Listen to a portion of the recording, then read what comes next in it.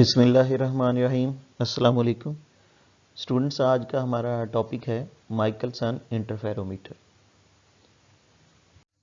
Michelson interferometer का जो start है इसमें हम सबसे पहले इसको डिस्क्राइब करेंगे और साथ में माइकलसन इंटरफेरोमीटर का प्रिंसिपल भी बताएंगे। ये एज अ शॉर्ट क्वेश्चन भी आपने याद रखना है।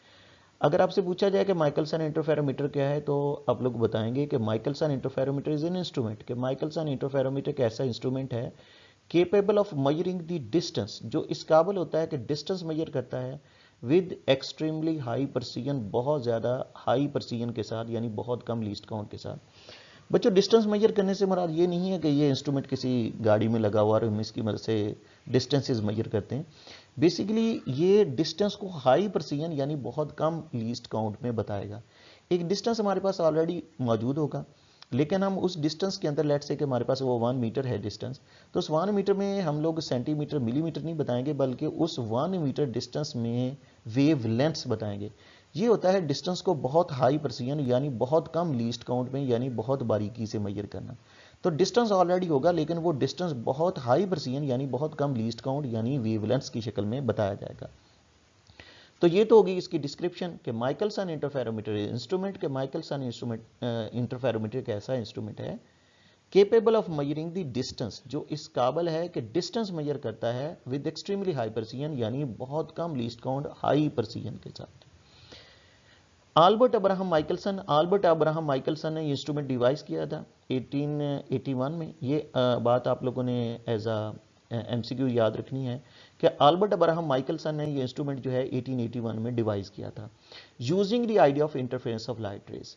ये इसका प्रिंसिपल है कि अगर आपसे पूछा जाए कि माइकलसन इंटरफेरोमीटर, देखिए इसके नाम से पता चल रहा है इंटरफेरोमीटर, इंटरफेरेंस करने वाला, तो आप याद रखिएगा कि Albert Abraham Michelson device this instrument. के आल्बर्ट अब्राहम माइकलसन ने इंस्ट्रूमेंट डिवाइस किया था using the idea of interference of light rays. Interference of light rays के आइडिया को इस्तेमाल करते हुए, यानी माइकलसन इंटरफेरोमीटर जो है इंटरफेरेंस ऑफ लाइट रेज के आइडिया पे काम करता है। ये इसका प्रिंसिपल है। बच्चों, ये दोनों पॉइंट जरूर याद रखने हैं कि इसकी डिस्क्रिप्शन क्या है, कि ऐसा इंस्ट्रूमेंट है जो डिस्टेंस मेजर करता है हाई प्रेसिजन यानी बहुत कम लीस्ट काउंट के साथ, और दूसरा इसका असूल क्या है, किस असूल पे काम करता है, इंटरफेरेंस ऑफ लाइट रेज के असूल पे काम करता है। अब बच्चों, नेक्स्ट पॉइंट ये है कि इसेंशियल फीचर, जरूरी जो इसकी खसूसियात हैं, अहम कंपोनेंट जो है माइकलसन इंटरफेरोमीटर के, दे आर शोन स्कीमेटिकली। वो उसको एक स्कीमेटिक डायग्राम के अंदर आपको दिखाया गया है और इसी को अब हम लोग समझेंगे। तो स्टूडेंट्स, पहले पैराग्राफ में तो इसकी है हमारे पास डिस्क्रिप्शन एंड प्रिंसिपल। अब ये सेकंड पैराग्राफ से हमारे पास इसकी कंस्ट्रक्शन शुरू होगी। तो कंस्ट्रक्शन कुछ यूं स्टार्ट होती है कि monochromatic light from N extended source of light. कि मोनोक्रोमेटिक लाइट हम लेंगे एक्सटेंडेड सोर्स ऑफ लाइट से। तो फर्स्ट ऑफ ऑल हमें यही समझना है कि ये एक्सटेंडेड सोर्स ऑफ लाइट क्या है। इसको ज़रूर आप लोगों ने याद रखना है कि एक्सटेंडेड सोर्स ऑफ लाइट क्या होते हैं। तो बच्चों, एक्सटेंडेड सोर्स ऑफ लाइट होते हैं source of light which consist of many point sources. के ऐसा सोर्स ऑफ लाइट जो बहुत सारे पॉइंट सोर्सेज पर मुश्तमिल हो, उसको हम एक्सटेंडेड सोर्स ऑफ लाइट कहते हैं। अ source of light which consist of many point sources, के ऐसा सोर्स ऑफ लाइट जो बहुत सारे पॉइंट सोर्सेज पर मुश्तमिल हो, उसको हम एक्सटेंडेड सोर्स ऑफ लाइट जो है वो कहेंगे। अच्छा, इसका काम क्या होता है कि ताकि प्लेन वेव फ्रंट जनरेट कर। एक्सटेंड का जो है ना लफ्जी मतलब तो होता है ना फैला, बड़ा सोर्स। तो इसका मकसद यही होता है कि ताकि हम प्लेन वेव फ्रंट जनरेट कर सकें। A source of light which consist of many point sources and use to generate the plane wave front, उसको हम कहेंगे एक्सटेंडेड सोर्स ऑफ लाइट। तो आपने एक्सटेंडेड सोर्स ऑफ लाइट से मोनोक्रोमेटिक लाइट लेनी है और फॉल करवाना है उसको half silvered glass plate G1 के ऊपर। या फिगर से समझें जरा, ये है हमारे पास monochromatic source of light, extended source of light. इससे लाइट आगे फॉल कर रही है half silvered glass plate G1 के ऊपर। हाफ सिल्वर्ड या सेमी सिल्वर्ड ग्लास प्लेट जो होती है, इनकी प्रॉपर्टी होती है कि इनसे लाइट रिफ्लेक्ट भी होती है, ट्रांसमिट, क्योंकि सेमी सिल्वर्ड होती है, पूरी तरह से सिल्वर नहीं होती। इनसे लाइट ट्रांसमिट भी हो जाती है और रिफ्लेक्ट भी हो जाती है। और यही हमारा नेक्स्ट पॉइंट भी है, that partially reflect and partially transmitted. यानी जो एक्सटेंडेड सोर्स ऑफ लाइट से monochromatic light half silvered glass plate G1 के ऊपर आगे फॉल करेगी, पार्शली ये उसका कुछ हिस्सा रिफ्लेक्ट कर देगी और पार्शली उसको ट्रांसमिट कर देगी। तो पहले हम लोग आएंगे इस रिफ्लेक्टेड पार्ट की तरफ। सो बच्चों, reflected portion is labelled as 1। ये जो रिफ्लेक्टेड पोर्शन है इसको हमने 1 का नाम देना है। ये हमारे पास रिफ्लेक्टेड पोर्शन और इसको 1 का नाम दिया है। और इसने कवर करना है distance L1 to the mirror M1। ये देखें, ये हमारा जो मोनोक्रोमेटिक लाइट थी ना, एक्सटेंडेड सोर्स ऑफ लाइट से ग्लास प्लेट G1 के ऊपर फॉल करती है आगे, इस पॉइंट से ये पॉइंट जहां पर हम भी मौजूद हैं, कुछ हिस्सा इसका रिफ्लेक्ट हो गया। जो रिफ्लेक्ट हुआ है उसको हमने 1 का नाम दिया, और ये देखें डिस्टेंस L1 कवर कर रहा है। ये जो लाइट है डिस्टेंस L1 कवर कर रही है, और किस मिरर की तरफ? मिरर M1 की तरफ। तो रिफ्लेक्टेड पोर्शन को हमने 1 का नाम दिया। इसने ट्रेवल किया डिस्टेंस L1 मिरर M1 की तरफ, which reflect the beam back toward the G1। और वहां से जब इसने डिस्टेंस L1 कवर किया तो मिरर M1 से रिफ्लेक्ट बैक करेगी और दोबारा G1 की तरफ आ जाएगी। अच्छा, अब ये तो वो हो गया ना कि जो हिस्सा इसका रिफ्लेक्ट हुआ, लेकिन half silvered glass plate G1 ने पार्शली ट्रांसमिट भी किया है पोर्शन ऑफ लाइट को, यानी कुछ पोर्शन ऑफ लाइट जो है वो ट्रांसमिट भी हुआ है। जो पोर्शन ऑफ लाइट जो है वो ट्रांसमिट हुआ है, जो हाफ सिल्वर्ड ग्लास प्लेट ने जो पार्शली ट्रांसमिट किया है portion, that finally arrives the observer eye, वो भी ऑब्जर्वर की आंख तक पहुंचेगा। लेकिन वो कैसे पहुंचेगा उसको अब देखें कि जो हिस्सा ट्रांसमिट हुआ है ना, उसको हमने 2 का नाम देना है। ये हमारी बीम 2 होगी, ये लेंथ L2 कवर करेगी, ये लेंथ L2 कवर करेगी और मिरर M2 से रिफ्लेक्ट बैक होते हुए यहां तक पहुंचेगी। तो half silvered glass plate G1 जो है उसने पार्शली ट्रांसमिट भी किया है पोर्शन को, जो फाइनली अराइव करेगी ऑब्जर्वर आई तक। और वो हमने देखा कि वो कैसे अराइव करेगी कि ट्रांसमिटेड पोर्शन जो है ओरिजिनल बीम का, उसको लेबल किया गया 2 से, यानी ये जो ट्रांसमिटेड पोर्शन है उसको हमने बीम 2 या 2 का नाम दिया है, और जिसको 2 का नाम दिया है उसने डिस्टेंस कवर किया है L2 और मिरर M2 की तरफ गया है। ये डिस्टेंस L2 कवर करते हुए मिरर M2 की तरफ गई, वहां से रिफ्लेक्ट बैक करते हुए G1 की तरफ आई है। तो उसको उसने कवर किया डिस्टेंस L2, मिरर M2 से रिफ्लेक्ट बैक करती है, और रिफ्लेक्ट बैक होते हुए बीम जो है वो ग्लास प्लेट G1 की तरफ वापस आ जाती है। तो इस तरह से अगर हम बिल्कुल एक शॉर्ट वर्जन में बताएं तो सीधी सीधी बात ये है कि monochromatic light extended source of light से आके half silvered glass plate G1 पे फॉल करती है। कुछ हिस्सा उसका रिफ्लेक्ट होता है, कुछ हिस्सा ट्रांसमिट होता है। जो रिफ्लेक्ट होता है उसको 1 का नाम दें, वो लेंथ L1 कवर करते हुए मिरर M1 पर जाएगा और वहां से रिफ्लेक्ट बैक होते हुए G1 पे आ जाएगा। जो हिस्सा ट्रांसमिट होगा उसको आपने बीम 2 का नाम देना है, उसने लेंथ L2 कवर करनी है और वो भी मिरर M2 से रिफ्लेक्ट बैक होते हुए G1 पर आ जाएगी। तो जो बीम 2 है ना, ये भी याद रखिएगा कि पार्शियली रिफ्लेक्ट होनी, यहाँ से फिर रिफ्लेक्ट होगी, और ये जो बीम 2 है रिफ्लेक्ट होते हुए ऑब्जर्वर की आंख की तरफ जाएगी। तो बीम 2 जो वो पार्शियली रिफ्लेक्ट होगी G1 से और arrives the observer I, observer की आंख तक पहुंच जाएगी। इस तरह दोनों बीम्स जो रिफ्लेक्ट हुई और जो ट्रांसमिट हुई, दोनों रिफ्लेक्ट होते हुए ऑब्जर्वर की आंख की तरफ रवाना हो जाएंगी। अच्छा, अब यहां पर हमने समझना है इस G2 का फंक्शन, जिसका अभी तक हमने जिक्र नहीं किया। इसको जरूर आप लोगों ने एक एज अ शॉर्ट क्वेश्चन याद रख लेना है कि ये जो हमारे पास ग्लास प्लेट G2 है, cut from same piece of glass as G1, कि ये जो ग्लास प्लेट G2 है इसको उसी पीस ऑफ ग्लास से बनाया गया जिससे G1 है, introduce into the path of the beam 2, इसको बीम 2 के पाथ में इंट्रोड्यूस करवा रहे हैं, और इसको हम लोग कहेंगे कॉम्पनसेटर प्लेट। कॉम्पनसेटर प्लेट का मतलब तलाफी करने वाली प्लेट। अब ये पॉइंट जरा आपने गौर से समझना है। देखिए, जब हमारे पास इंसिडेंट लाइट आती है, यहां से आके उसके 2 पार्ट्स बनते हैं, कुछ हिस्सा इसका रिफ्लेक्ट हो जाता है, कुछ हिस्सा ट्रांसमिट होता है। पहले जरा रिफ्लेक्टेड पार्ट पे गौर करें कि रिफ्लेक्टेड पार्ट निकलते वक्त ग्लास में से गुजरेगा। ये जो रिफ्लेक्टेड पार्ट है, यहां से 2 हिस्से हुए ना, रिफ्लेक्टेड पार्ट ने निकलते हुए ग्लास से गुजरना है और वहां से दोबारा से रिफ्लेक्ट बैक होते हुए दोबारा ग्लास से गुजरेगा। यानी रिफ्लेक्टेड बीम जिसको हम बीम 1 का नाम देते थे, उसने 2 दफा ग्लास से गुजरना है। लेकिन ये जो ट्रांसमिटेड बीम है, अगर ये ग्लास प्लेट G2 ना हो तो वो तो ग्लास में से नहीं गुजरेगी, वो तो यहीं से आगे जाएगी, रिफ्लेक्ट बैक कराएगी। लेकिन अगर हम ये ग्लास प्लेट G2 रखते हैं तो इसको भी जाते हुए भी ग्लास से गुजरना पड़ेगा और वापस आते हुए भी गुजरना पड़ेगा। ये भी 2 दफा ग्लास में से गुजरेगी। जिस तरह ये भी यहां से रिफ्लेक्टेड बीम भी जाते हुए भी गुजर के गई और वापस आते हुए भी गुजरी, ये भी जाते हुए भी गुजरेगी, आते हुए भी गुजरेगी। तो दोनों का ग्लास में पाथ लेंथ इक्वलाइज हो जाएगी। रिफ्लेक्टेड बीम भी आते और जाते 2 दफा ग्लास में से गुजरेगी और ट्रांसमिटेड बीम भी आते और जाते 2 दफा ग्लास में से गुजरेगी। तो दोनों का ग्लास में पाथ लेंथ इक्वलाइज हो जाएगी। लेकिन ये तभी होगी जब हम ग्लास प्लेट G2 को इंट्रोड्यूस करवाएंगे, क्योंकि ग्लास प्लेट जो G2 है ना, यही दोनों का ग्लास में पाथ लेंथ को इक्वलाइज करेगी। तो देखिए बच्चों, ये लिखा हुआ है कि जो प्लेट G2 है ना, cut from same piece of glass as G1, कि ग्लास प्लेट G2 जो है उसको हमने उसी ग्लास से बनाया है जिससे हमने G1 को बना रखा है। तो ग्लास प्लेट G2 है जो है cut from same piece of glass as G1, इसको हमने उसी पीस ऑफ ग्लास से बनाया है जिससे G1 को बनाया गया। Introduce in the beam of the beam 2, इसको हमने बीम जो है ना, बीम 2 के पाथ में इंट्रोड्यूस करवा रखा है। This is known as compensator plate. इसको क्या कहा जाता है? कंपनसेटर प्लेट कहा जाता है। और इसका काम क्या होता है, it equalize the path length of the two beams. ये दोनों बीम B1 और बीम 2 जो है उनके पाथ लेंथ को इक्वलाइज करेगी इन दी ग्लास के अंदर।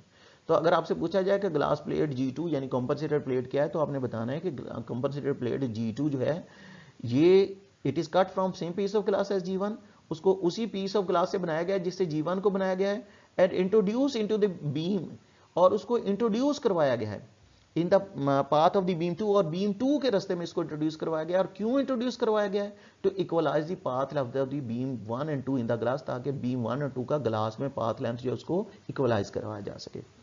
बट फाइनली बच्चों हम बताएंगे these two beams having different path length.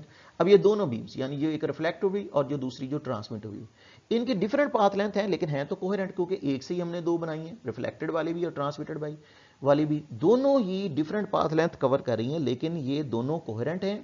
Produce interference effect, और ये इंटरफेरेंस इफेक्ट्स बनाएंगी विच इज द ऑब्जर्वर आई, यानी ये ट्रांसमिटेड बीम भी और रिफ्लेक्टेड बीम भी दोनों एक दूसरे पर सुपरपोज होते हुए ऑब्जर्वर की आंख तक पहुंचेंगी, इंटरफेरेंस करेंगी, यानी सुपरपोज हो जाएंगी ना, रिफ्लेक्टेड भी और ट्रांसमिटेड भी और रिफ्लेक्टेड भी सुपरपोज होंगी, चूंकि कोहेरेंट है तो इंटरफेयर करेंगे, इंटरफेरेंस पैटर्न जो ऑब्जर्वर की आंख से देखा जाएगा।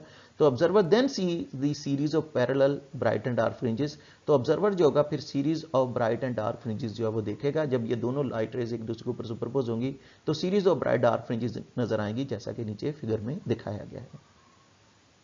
सो स्टूडेंट्स, कंस्ट्रक्शन को ज़रा बेहतर तौर पर समझने के लिए आप लोग इस वीडियो में देखें कि किस तरह से हम लोगों ने जो है लाइट बीम को दो हिस्सों में डिवाइड कर रखा है। और ये दो हिस्सों में जो डिवाइड होती है लाइट बीम्स, यानी एक ग्लास प्लेट G1 से रिफ्लेक्ट हो जाती है, दूसरी ट्रांसमिट हो जाती है, फिर ट्रांसमिटेड और रिफ्लेक्टेड बीम एक दूसरे के ऊपर सुपरपोज होते हुए आंख की तरफ जो है रवाना हो रही है। यानी दो हिस्से हो रहे हैं, मोनोक्रोमेटिक लाइट जो एक्सटेंडेड सोर्स ऑफ लाइट से आती है, एक रिफ्लेक्ट हो रही है, दूसरी ट्रांसमिट हो रही है, और दोनों एक दूसरे के ऊपर सुपरपोज होते हुए ऑब्जर्वर की आंख की तरफ रवाना हो रही है।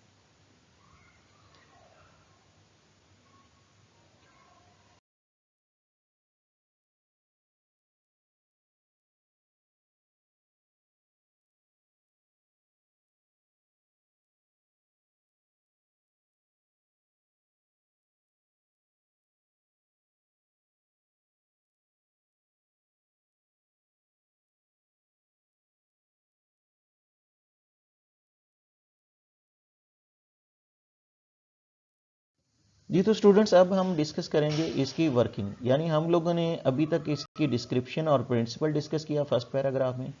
जो नेक्स्ट पैराग्राफ था उसमें इसकी कंस्ट्रक्शन भी डिस्कस हो चुकी है, तो अब हम वर्किंग की बात करेंगे। तो वर्किंग में बच्चों बताया जा रहा है कि प्रैक्टिकल इंटरफेरोमीटर में mirror M1 can be moved, कि मिरर M1 को आप मूव करवा सकते हैं, यानी मिरर M2 तो फिक्स होगा, M1 को मूव करवाएंगे, लेकिन ऐसी डायरेक्शन में परपेंडिकुलर टू इट्स सरफेस, जो उसकी सरफेस के परपेंडिकुलर होगा, by means of Persian screw. अब इसकी फिगर की मदद से भी समझें।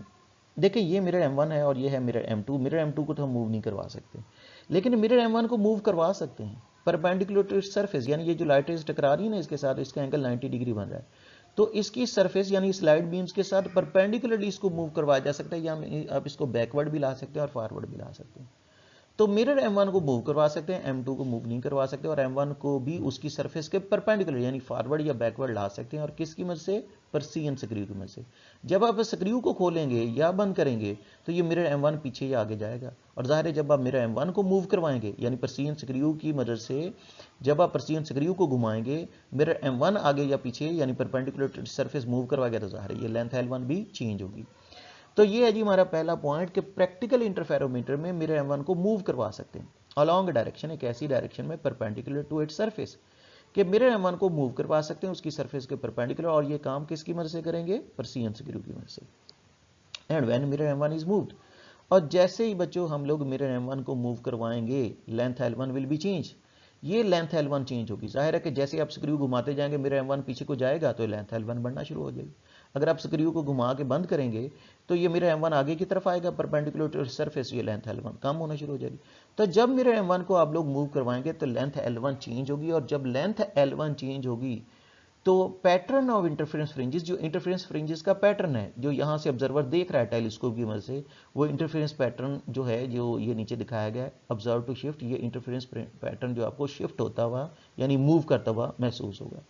यानी इन शॉर्ट ये कहना चाह रहे हैं कि जब आप पर्सियन स्क्रू को घुमाते हैं, मिरर M1 मूव करता है, लेंथ L1 चेंज होती है, तो ये जो इंटरफेरेंस फ्रिंजेस हैं जो इस रिफ्लेक्टेड और ट्रांसमिटेड लाइट के सुपरपोज होने की वजह से बन रही हैं, ये इस तरह की होंगी जो आपको नजर आ रही हैं। ये interference fringes observe to shift, ये इंटरफेरेंस फ्रिंजेस आपको शिफ्ट होती हुई यानी मूव करती हुई महसूस होंगी।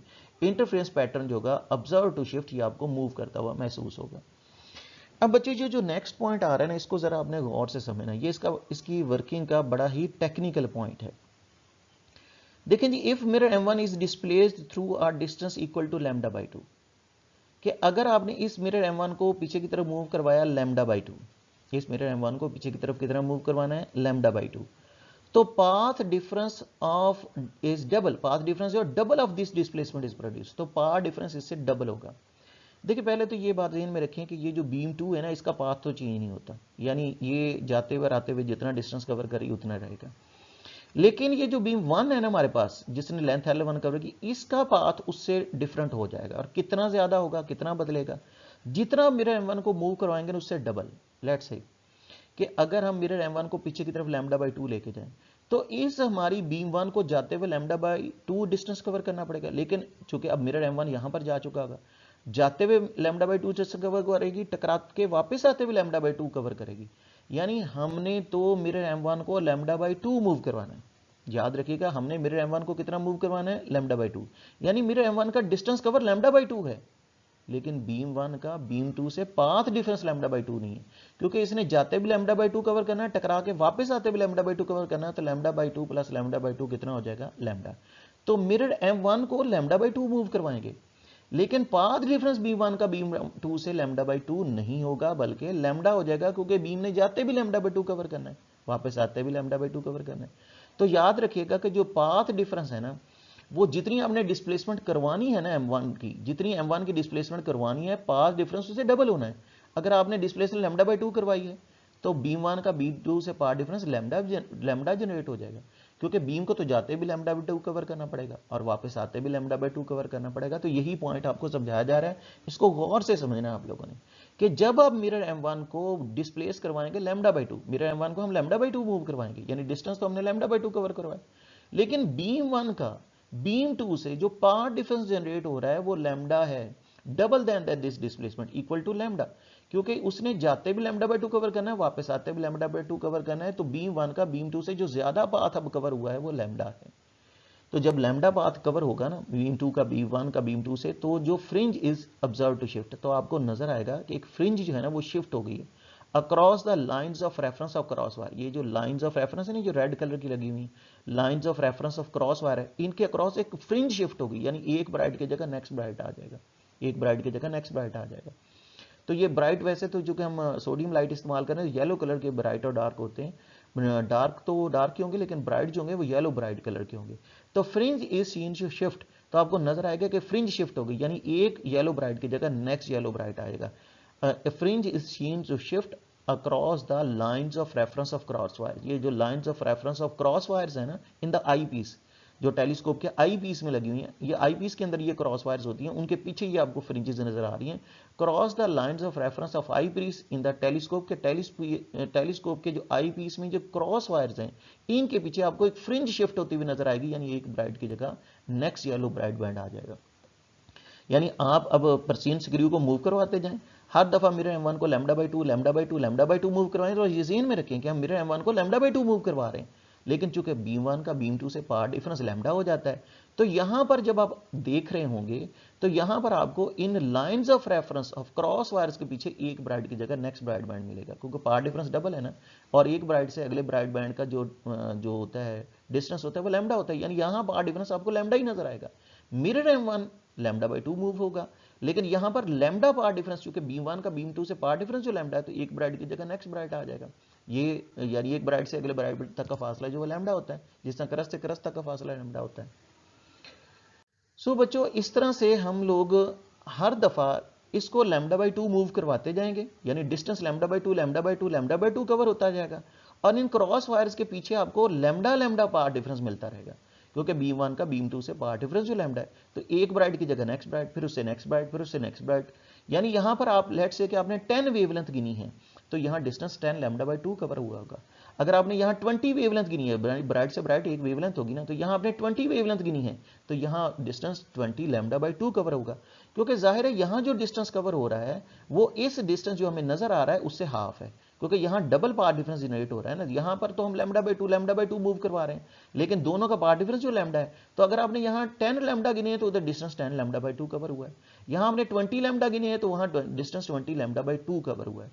तो अ fringe is shifted each time, तो हर दफा एक फ्रिंज, यहाँ पर एक पूरी फ्रिंज शिफ्ट होगी, यानी एक ब्राइट की जगह अगला ब्राइट आता जाएगा, एक फ्रिंज शिफ्ट होती जाएगी whenever mirror is displace λ/2। जब जब आपने मिरर को λ/2 मूव करवाना है तो यहाँ पर आपके पास लैम्डा जो है कवर होता जाएगा, यानी एक फ्रिंज जो है शिफ्ट होती रहेगी। Hence by counting the number m of the fringes, तो पास अब नंबर ऑफ m ऑफ फ्रिंजेस गिने, यानी आपने 10 वेवलेंथ गिनी है, ब्राइट से ब्राइट 10 फासले गिने हैं, 10 लैम्डास गिने हैं, तो यहाँ डिस्टेंस 10 λ/2 कवर होगा, क्योंकि जितना आप यहाँ गिन रहे हैं वहाँ से हाफ डिस्टेंस वहाँ कवर हो रहा है। तो hence by counting m number of fringes, तो अब m नंबर ऑफ फ्रिंजेस को काउंट करें, तो डिस्प्लेसमेंट L जो है मिरर की आप जो है वो कैलकुलेट कर सकेंगे। डिस्टेंस L जो है मिरर की, we can write the equation, यानी अगर लेट से कि आपने यहाँ पर जैसे मैंने पहले बताया कि 10 लैम्डा गिने हैं, तो डिस्टेंस जो कवर हुआ है 10 λ/2 कवर हुआ है। अगर आपने यहाँ पर 20 वेवलेंथ गिन ली है, तो जो डिस्टेंस इसका पीछे की तरफ कवर हुआ है तो 20 λ/2 कवर हुआ है, क्योंकि यहाँ पर आप पूरी वेवलेंथ गिन रहे हैं, क्योंकि पार्ट डिफरेंस जो 1 का 2 से डबल है, तो यहाँ पर आप पूरी वेवलेंथ गिने 20 लैम्डास गिने हैं, लेकिन जो डिस्टेंस कवर हुआ है 20 λ/2 कवर हुआ है। अगर आपने यहाँ 30 वेवलेंथ गिनी है, तो जो डिस्टेंस L कवर हुआ है 30 λ/2 कवर हुआ है। तो जनरल फार्मूला हो गया L इज इक्वल टू जो डिस्टेंस हुआ m λ/2, यानी जितनी भी आप फ्रिंजेस गिनेंगे, 100 गिनी है, 100 लैम्डा गिनी है, तो डिस्टेंस कवर हुआ L इज इक्वल टू 100 λ/2। अगर आपने 200 वेवलेंथ गिनी है, तो डिस्टेंस जो L कवर होगा 100 λ/2, 200 गिने हैं तो 200 λ/2। तो जनरल फार्मूला हो गया L is equal to m λ/2, ये है वो टोटल डिस्टेंस जो पीछे की तरफ कवर हो रहा होगा। तो नेक्स्ट बच्चों, अगर हमें इसको और ज़्यादा प्रिसाइज बनाना है, very precise measurement, precise length measurement can be made, तो उसके लिए अगर आपने और ज़्यादा प्रिसाइज करना है तो आप इसको λ/4 मूव करवाएं। अब आप लोग समझ सकते हैं, अगर मैं इसको λ/4 मूव करवाऊंगा ना पीछे की तरफ, तो जो बीम 1 का बीम 2 से पार्ट डिफरेंस होगा ना, क्योंकि जाते भी λ/4 आते भी λ/4, तो λ/2 होगा, यानी जितना हम लोग मिरर M1 को मूव करवाते हैं पार्ट डिफरेंस तो उससे डबल होता है। जब हमने इसको λ/2 मूव करवाया था तो जाते λ/2 आते λ/2, तो बीम 1 का बीम 2 से पार्ट डिफरेंस लैम्डा हो गया। लेकिन अगर आप इसको λ/4 मूव करवाएंगे मिरर M1 को, तो मिरर M1 को अगर λ/4 मूव करवाया, तो जो पार्ट डिफरेंस होगा ना बीम 1 का बीम 2 से, λ/4 को डबल करेंगे तो λ/4 λ/2 हो जाएगा। तो यहाँ फिर ब्राइट की जगह ब्राइट नहीं, ब्राइट की जगह डार्क आएगा, क्योंकि λ/2 का मतलब है ब्राइटनेस से डार्कनेस में जाना है। तो यही वो बता रहे हैं कि precise length measurement can be made, कि आप ज़्यादा प्रिसाइज भी कर सकते हैं, इंटरफेरोमीटर की मदद से ज़्यादा प्रिसाइज मेजरमेंट भी कर सकते हैं, लेकिन उसके लिए मिरर M1 को आपने λ/4 मूव करवाना है।